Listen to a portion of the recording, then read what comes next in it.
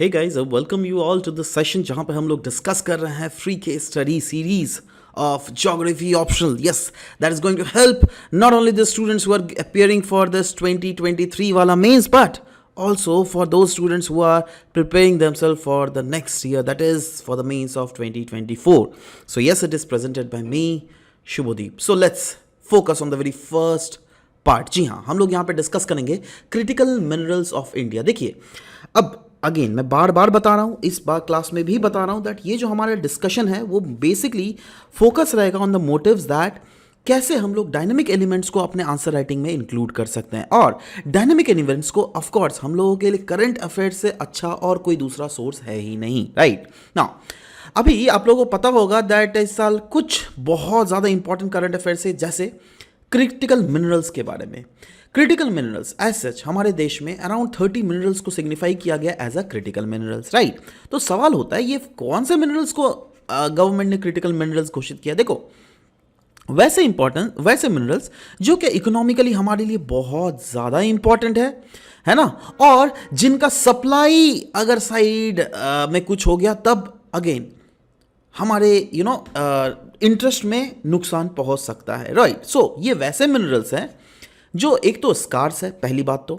दूसरा, इनकी economic value बहुत ज़्यादा है, और ये जो है ये मिनरल्स का यूज़ करके हम लोग advanced technologies and defence system में जो इंपॉर्टेंट एलिमेंट्स है ना उसको इंक्लूड करता है. और साथ ही साथ ये काफ़ी ज़्यादा एसेंशियल है ग्रीन टेक्नोलॉजीज़ के लिए भी, जैसे सोलर पैनल ले लो, wind turbine, batteries, electric vehicles, इन सब के लिए ये मिनरल्स जो है बहुत ही ज़्यादा इंपॉर्टेंट है. And these are what, these are strategically important critical minerals. इसीलिए अराउंड 30 ये मिनरल्स आइडेंटिफाई की गई थी, और अनडाउटेडली ये हमारे कंट्री के इकोनॉमी और सिक्योरिटी के लिए बहुत ही ज़्यादा महत्वपूर्ण होने वाली है. और जी हाँ, पेपर 2 ज्योग्राफी ऑप्शनल और पेपर 2 में अगर आप देख लीजिएगा तो यस, इंडियन ज्योग्राफी का जो ये यूनिट है ना, रिसोर्स, उसमें क्लियरली आपको दिखेगा यहाँ पर minerals, energy, minerals, biotic and marine resources. Right, so यहाँ पर इन marine resources of course we need to learn all these things, और क्योंकि मिनरल्स के एस्पेक्ट आपको रिसोर्सेज में दिए गए हैं तो yes, this is indeed very very important for you to go through the same. Right, so just see in past year also we have seen many questions. जैसे हम लोग अभी क्या डिस्कस करें, क्रिटिकल मिनरल, और ये तो एज अ एग्जांपल ही ना आप लिख सकते हो. फॉर एग्जांपल देखो, 1996 में अगर क्वेश्चन फिर से रिपीट हो जाए, या फिर ये 1989 वाला क्वेश्चन अगर फिर से रिपीट हो जाए, क्या आप इसको as a folder point include कर सकते हो. और ध्यान में रखो, कभी भी अगर करंट अफेयर से कोई भी न्यूज़ को अगर आप इंक्लूड कर रहे हो ना, ट्रस्ट मी, आपके कॉम्पिटिटर से आप बहुत आगे भाग रहे हो. राइट, इसीलिए मैं बोल रहा हूँ दैट ये सीरीज़ जो फ्री सीरीज़ जो है वैसे लोगों तक ज़रूर से सर्कुलेट कर दीजिए जो क्या इस बार और अगले साल के मेंस के लिए एस्पायर कर रहे हो. तो right, yes, so critically examine the metalliferous mineral resources of India with particular reference to the present and future demands. देखो, अब ये क्रिटिकली जो मिनरल्स को डिफाइन क्यों किया गया है, ऑफकोर्स इनके फ्यूचर डिमांड्स को देखकर. राइट, और उसी चीज़ को आपको क्रिटिकली एग्जामाइन भी करना है. तो क्या आप अभी जो गवर्नमेंट के द्वारा स्टेप्स लिया गया, क्या उसको as a significance point, reference point नहीं पुट फोर्थ कर सकते हो अपने आंसर्स को लिखने के लिए? बिल्कुल किया जा सकता है. इनफैक्ट 1989 का जो क्वेश्चन पूछा गया है दैट एक स्पेशल एनालिसिस को आप अटेम्प्ट कीजिए of the development of mineral based industries in relation to the mineral resources potentialities in their exploitation in different states of India. Again, आपको अगर जो क्रिटिकल मिनरल्स है ना उसके अगर एप्लीकेशंस भी याद हो ना, तो तब तो फिर सोने पे सुहागा. राइट, ये आंसर्स को अटेम्प्ट करना विल बी बहुत बच्चों का खेल है.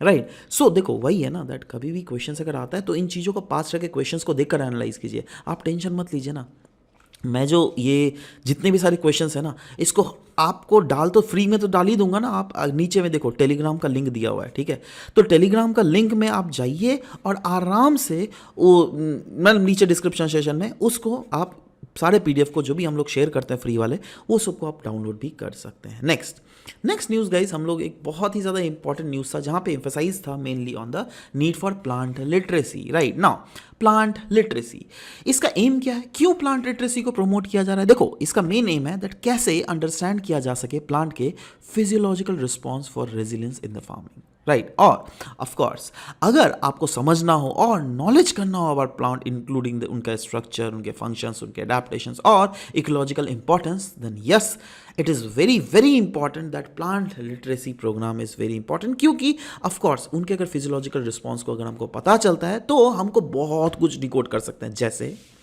जैसे हम उनके रोल को प्ले देख कर सकते हैं, दैट उनका इकोसिस्टम में क्या एक्चुअली में रोल है, सिग्निफिकेंस वो कैसे ह्यूमन के सर्वाइवल्स के लिए, और ओवरऑल उनके इंटरेक्शंस कैसे हो रहे हैं विद द एनवायरनमेंट, राइट। तो ये सब कुछ हम आराम से पता कर सकते हैं अगर हमको पता चले दैट यस प्लांट लिटरेसी का क्या ओवरऑल इंपॉर्टेंस है, राइट। तो बेनिफिट्स ऑफ प्लांट्स बहुत सारे हैं। वाटर मैनेजमेंट के लिए they are acting as a food resources, biodiversity को बहुत अच्छे तरीके से सपोर्ट कर रहा है, ऑक्सीजन के प्रोडक्शन के लिए प्लांट्स का बहुत ज़्यादा इंपॉर्टेंस है, और of course last but not the least climate regulation is very important. So all these are the benefits of the plant, और इसीलिए तो ये प्लांट लिटरेसी को इंक्लूड किया जा रहा है। इनफैक्ट जब प्लांट लिटरेसी के बारे में बात चले तो देखो geography option paper 1 physical geography का एक इन टॉपिक है इन्वायरमेंटल ज्योग्राफी, राइट। और उसी में अगर देख लीजिएगा environmental education, environmental legislation, environmental policy, biodiversity and sustainable development, तो इसमें क्या आप देखो इन्वायरमेंटल कंजर्वेशन, तो क्या आप इसमें इसको एज अ फोल्डर पॉइंट नहीं इंक्लूड कर सकते हैं, दैट इम्फेसाइज कहीं ना कहीं अभी के समय में किया जा रहा है प्लांट लिटरेसी को। क्यों? क्योंकि अगर प्लांट लिटरेसी को प्रमोट किया जाए तो हमको प्लांट का फिजियोलॉजिकल रिस्पॉन्स पता चल सकता है, दैट इज ये सारे तरीके के रिस्पॉन्स पता चल सकते हैं, और पता चल सकता है दैट ओवरऑल प्लांट्स किस किस अदर सेक्टर में कैसे हमें बेनिफिट कर सकता है, राइट। सो इसका इनफैक्ट देखो क्वेश्चन भी देख लो 2015 का दो क्वेश्चन आया था। पहला क्वेश्चन क्या था? Discuss the method of conserving biodiversity for sustainable development. क्या बायोडाइवर्सिटी में प्लांट्स पौधे नहीं आते हैं? क्या उनको कैसे सस्टेनेबल किया जा रहा है? क्या आप उसको एज ए केस स्टडीज को नहीं पुट फॉरवर्ड कर सकते हो? बिल्कुल कर सकते हो ना। Outline the government of India strategies of the conservation of western Ghat. अब वेस्टर्न घाट भी तो क्या है, वो भी तो एक बायोडाइवर्सिटी हॉटस्पॉट रीजन ही है भाई, उसका भी तो कंजर्वेशन, इसका मतलब क्या इनडायरेक्टली प्लांट का कंजर्वेशन मतलब उसका कंजर्वेशन हुआ क्या? नहीं। तो आप ये वाला एग्जांपल उसमें भी तो इंक्लूड कर सकते हो भाई मेरे। यही क्यों discuss the objective and principles of environmental education. देखो इन्वायरमेंटल एजुकेशन आ गया फिर से, तो वही तो यहाँ पे फोकस किस लिए किया जा रहा है? देखो प्लांट लिटरेसी मतलब क्या होगा? इन्वायरमेंटल एजुकेशन ही तो हुआ, इन्वायरमेंटल एजुकेशन का पार्ट ही तो हुआ। तो आप तो इसको ऑब्जेक्टिव्स में क्लियरली एक एग्जांपल भी लिख सकते हो दैट यस इन्वायरमेंटल एजुकेशन को कहीं ना कहीं प्रमोट किया जा रहा है। क्यों किया जा रहा है? ऑफ कोर्स ये सारे रीजंस लिख देना। आप लिख सकते हो describe the basic concerns of formal. अच्छा चलो मेन चीज है ये वाला चीज जिसको हम लोगों ने टैकल कर सकते हैं। Next minimum dietary diversity. देखो ये क्या है ना, एक स्टैंडर्ड सेट किया गया है वर्ल्ड हेल्थ ऑर्गेनाइजेशन के द्वारा बाई, और किसके लिए? वैसे चिल्ड्रंस के लिए जो क्या 6 महीने से लेकर 23 मंथ्स तक आते हैं। इनफैक्ट ये जो मिनिमम डाइटरी डाइवर्सिटी है ना, ये इंश्योर करता है दैट उनको जो है मैक्सिमम ऑफ डाइट्स मिले। क्योंकि अगर देख लीजिएगा चाइल्ड मैलन्यूट्रिशन का केस ना इंडिया में बहुत ज़्यादा है, और बहुत ऐसे कम प्रोपोर्शन बच्चे ही हैं जो क्या ये मिनिमम डाइटरी डाइवर्सिटी को एक्चुअली में अटेन कर रहा है। इसीलिए ये मिनिमम डाइटरी डाइवर्सिटी के एक पैरामीटर्स को सेट किया गया बाय वर्ल्ड हेल्थ ऑर्गेनाइजेशन इस महीने के रेंज के बच्चों के लिए जो क्या है 6 to 23 मंथ्स। इसका एम क्या है? इसका एम है कैसे इंश्योर किया जा सके वैसे चिल्ड्रन को, कैसे इंश्योर किया जा सके दैट चिल्ड्रंस जो है डाइवर्स रेंज ऑफ न्यूट्रिएंट्स को पा सके हर रोज, जिससे उनका ग्रोथ जो है हेल्दी हो सके और साथ ही साथ उनका डेवलपमेंट भी हेल्दी हो सके, जिसके कॉग्निटिव स्किल्स को प्रॉपरली डेवलप किया जा सके। ज्योग्राफी ऑप्शनल में पेपर 2 में अगर देख लीजिएगा यस आपको फूड सिक्योरिटी नाम का टॉपिक इकोनॉमिक ज्योग्राफी के भीतर मिल जाएगा, और यस ये बहुत ज़्यादा इंपॉर्टेंट है क्योंकि इससे क्वेश्चंस भी आ चुके हैं। इनफैक्ट अगर देखोगे ये क्या है, मिनिमम डाइटरी डाइवर्सिटी को प्रमोट कर रहा है, वैसे ही सिमिलर फूड सिक्योरिटी से आप इस वाले न्यूज़ को भी रिलेट कर सकते हो जहाँ पर रेनबो डाइट कैंपेन के बारे में बोली जा रही थी, जिसको किसके द्वारा लॉन्च किया गया था? By ICAR, Indian council of agriculture research का central tuber research institute, tuber crop research institute. Tuber crop क्या होता है? वैसे प्लांट होते हैं जो क्या edible underground storage tubers basically पैदा करते हैं, राइट। सो जैसे आपका ले लो आलू है ना, और भी बहुत सारे ऐसे जैसे गाजर, राइट। तो इस टाइप के बहुत सारे प्लांट्स, राइट।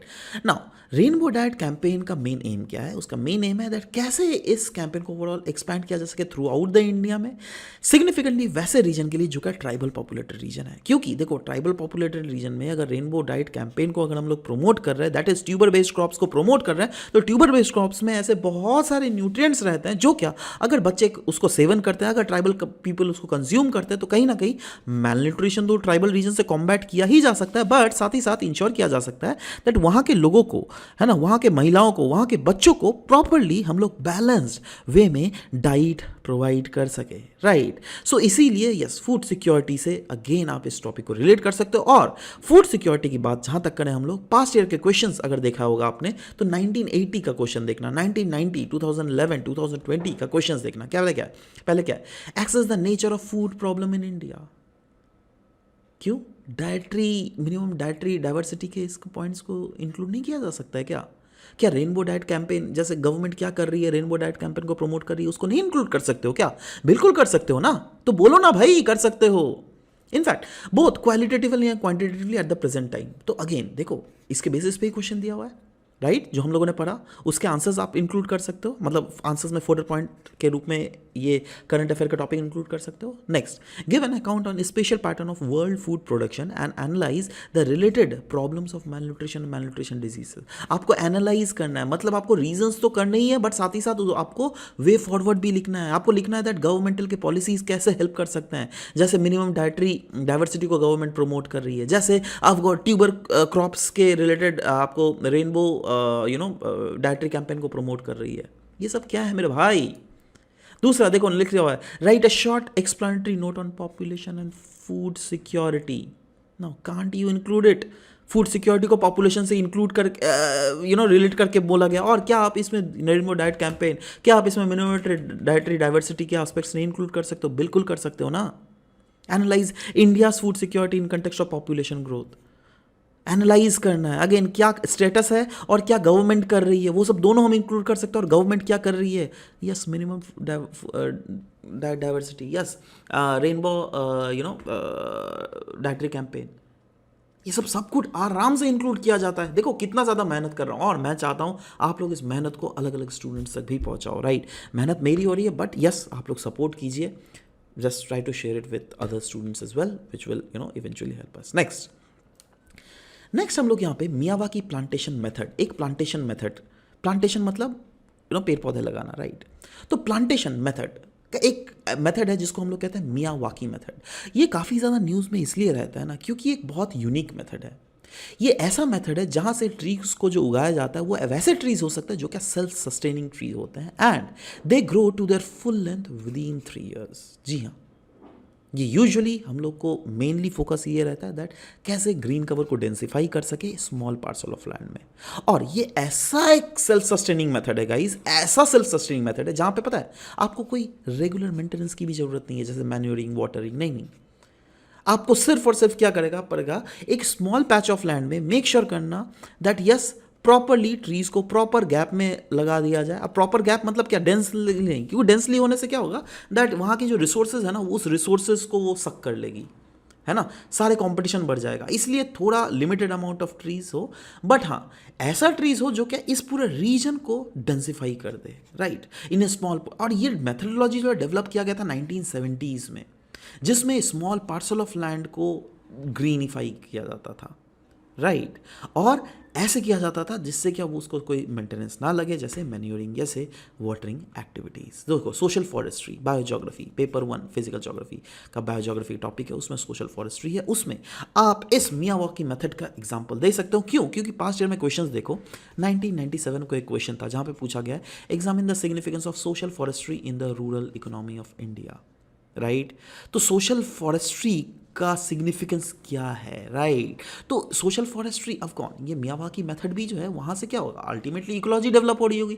इकोलॉजी मतलब फूड, वहाँ पर जो फूड चेन या फिर फूड वेब या फिर वट एवर द बायोडाइवर्सिटी अगर वहाँ पे इन्हांस हो तो भी ना फूड चेन फूड वेब वहाँ पे इन्हांस होगा जी। तो उसको आप रिलेट करके नहीं लिख सकते हो क्या? इतना दिन क्या सिखाया? अगर नहीं सीखे हो तो प्लीज़ यार you can download the Google play store से हमारे स्मार्ट रैंकर्स ऐप, जहाँ पर आपको ऑनलाइन क्लासेस भी अवेलेबल है। एंड फर्दर अगर कोई इन्फॉर्मेशन चाहिए तो यस इस नंबर पे आप हमें व्हाट्सएप करके भी हमारी टीम से आराम से बात कर सकते हैं regarding the course, right. Again दूसरा क्वेश्चन देख लो, comment on the role of social forestry in the economy of India. Again देख रहे हो सब कुछ वही एक ही क्वेश्चन को रिपीट किया गया, देख रहे हो इसी के साथ रिपीट भी देख रहे हो 1983 में, वही चीज़ 1997 में, क्या फिर 2023 में नहीं पूछा जा सकता 2024 में नहीं पूछा जा सकता क्या? बिल्कुल पूछा जा सकता है ना, इसीलिए तो बोल रहा हूँ चीज़ों को अच्छे से पढ़ो, राइट। और yes we are always there for your help, right, don't worry, yeah whenever you feel like taking our help. Anyways guys, this was all about the discussion for this very session. मिलते हैं आप सबके साथ next session में. Till then bye bye, take care and thank you guys, thank you for listening to the whole video. Thank you very much.